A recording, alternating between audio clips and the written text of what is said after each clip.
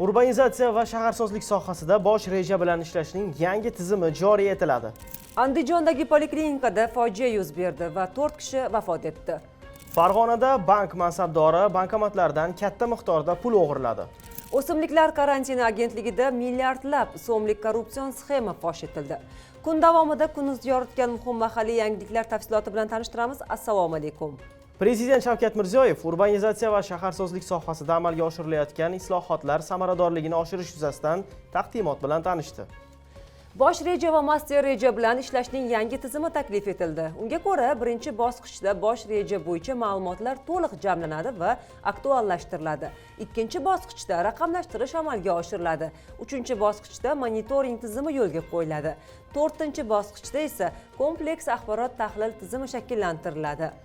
Shaharsozlik sohasidagi huquqbuzarliklar, noqonuniy va ruxsatsiz qurilishlar uchun moliyaviy sanksiyalarni kuchaytirish taklif qilindi.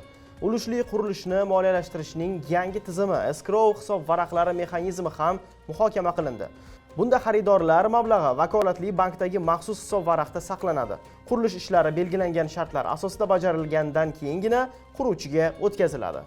Shaharsozlik renovatsiyasi masalalariga ham e'tibor qaratildi. Respublikadagi 1991-yilgacha qurilgan 17 mingga yaqin uylar o'rnini zamonaviy, energiya tejamkor infratuzilma bilan ta'minlangan ko'p kvartirali uylar qurish mumkinligi ko'rsatildi.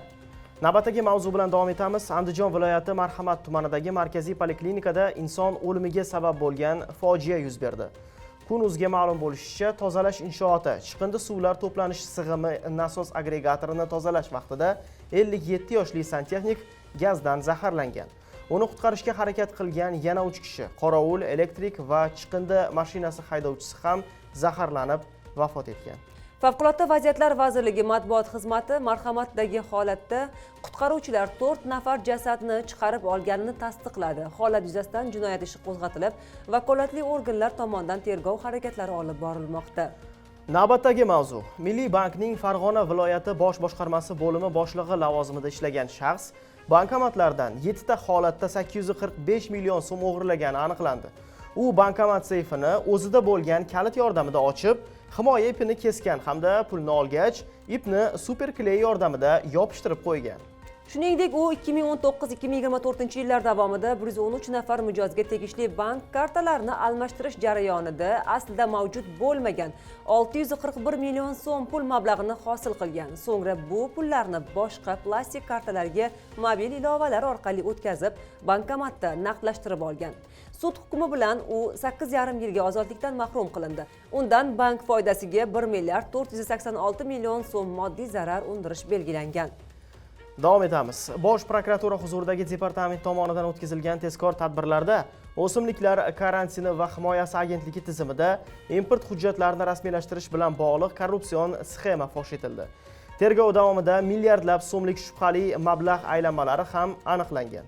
Ma'lum bo'lishicha, agentlikning ayrim mas'ul xodimlari tadbirkorlik subyektlariga tovarlarni import qilish uchun rasmiylashtiriladigan hujjatlar bo'yicha norasmiy stavkalar belgilagan. Tahlillar davomida agentlik va uning quyi tashkilotlari hisob raqamlariga tushgan 91 milliard 700 million so'mlik to'lovlarning 14 milliard 900 million so'mi 759 nafar fuqaroning plastik kartalari orqali amalga oshirilgani, ularning bir qismi agentlik xodimlari va ularning yaqin qarindoshlari ekani aniqlangan. Mazkur holatlar yuzasidan Jinoyat kodeksining firibgarlik va pora berishga oid moddalari bilan jinoyat ishi qo'zg'atilib, tergov harakatlari olib borilmoqda. Sizga yetkazmoqchi bo'lgan xabarlarimizning so'nggisi shu edi. Xayr, salomat bo'ling.